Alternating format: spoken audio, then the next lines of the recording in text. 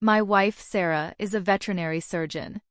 It is a career built on precision, resilience, and a stomach for things most people can't handle.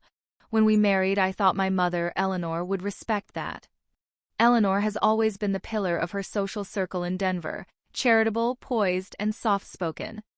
The problem was that Eleanor's soft voice was used exclusively to sharpen knives. It started small.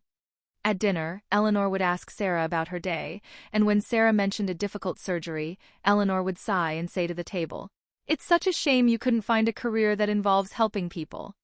But I suppose someone has to deal with the chores of the world." When Sarah was promoted to lead surgeon at her clinic, Eleanor told our family friends that Sarah was finally getting a handle on her little hobby. I watched Sarah's shoulders drop every time we visited. I tried to bridge the gap, explaining to my mother how hard Sarah worked, the years of schooling, the lives she saved. Eleanor would just pat my hand and say, "I know you have to say that, dear. You're such a loyal husband." She made it seem like Sarah was a child playing dress-up, and that I was a victim of my own kindness for supporting her. My father and my siblings didn't see it. To them, Eleanor was just concerned about our work-life balance. They saw her grace. They didn't see the micro-incisions she was making into my wife's dignity. The realization didn't come during a fight. It came during our daughter's second birthday. Sarah had just finished a 12-hour shift and arrived exhausted. Eleanor leaned in, ostensibly to help Sarah straighten her collar, and whispered loud enough for only us to hear, "You smell like a kennel." It's a bit selfish to bring that scent around the children, don't you think? Sarah didn't argue. She just went to the bathroom to wash her face. When she came out, her eyes were flat. That was the moment I stopped explaining. I finally understood who was listening, and more importantly, who wasn't.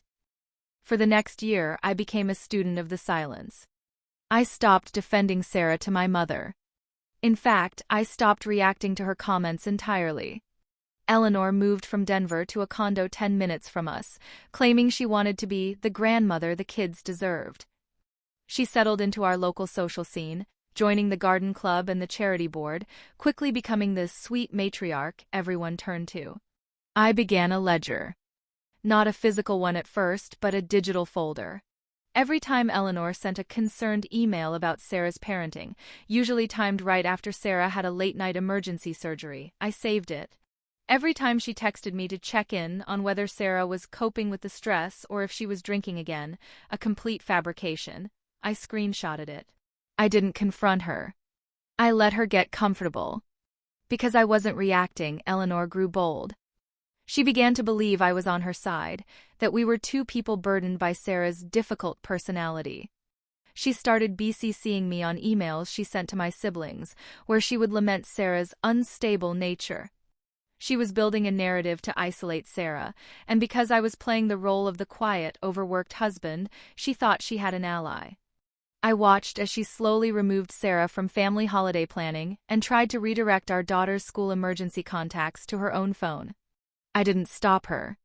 I simply documented the changes and quietly corrected the school records back to Sarah's name the following morning every single time. Eleanor was so busy painting Sarah as the villain that she didn't notice she was painting herself into a corner of verifiable lies. She felt untouchable. The event was a honoring the matriarchs brunch Eleanor had organized for her new charity. My siblings were there, the local board members were there, and Sarah was there, sitting quietly at the end of the table. Eleanor stood up to give a speech. She couldn't help herself. She thanked everyone, then looked at me and Sarah and said, "And I want to thank my son for his strength. We all know how hard it is when the home life is precarious. But we do it for the children." The room went quiet. It was the pity move she had practiced for years. I didn't get angry. I stood up and pulled out my phone, which was connected to the room's presentation screen for the charity slideshow I had volunteered to manage. "I agree, Mom," I said. "Stability is everything." Which is why I wanted to share some of the guidance you've been giving us over the last year. It's been so enlightening. I didn't give a speech.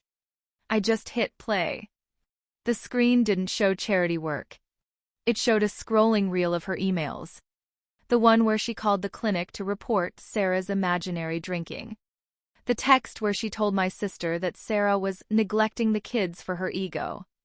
The recording of her telling me, just 20 minutes prior in the hallway, that she couldn't wait for Sarah to finally burn out so we can be a real family again. The silence in that room was absolute. Eleanor's face didn't go red, it went gray. She looked at the board members, the people whose respect was her oxygen, and saw them shrinking away from her. I turned the screen off. "You told me you wanted to be in our lives," I said quietly. "But you can't be in a life you're trying to destroy. We're done." She tried to play the victim. She cried. She told my siblings I had hacked her, that I was under Sarah's spell. But the documentation was too dense. The timeline was too perfect. Eleanor moved back to Denver 3 weeks later.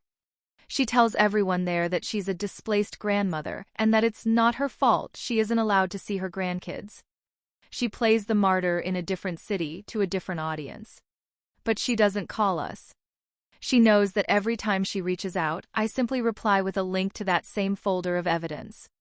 I didn't feel victorious when she left. I just felt finished. Last Sunday, Sarah and I sat in the backyard while the kids played. For the first time in years, the air didn't feel heavy. I stopped checking Eleanor's social media. That was how I knew it worked.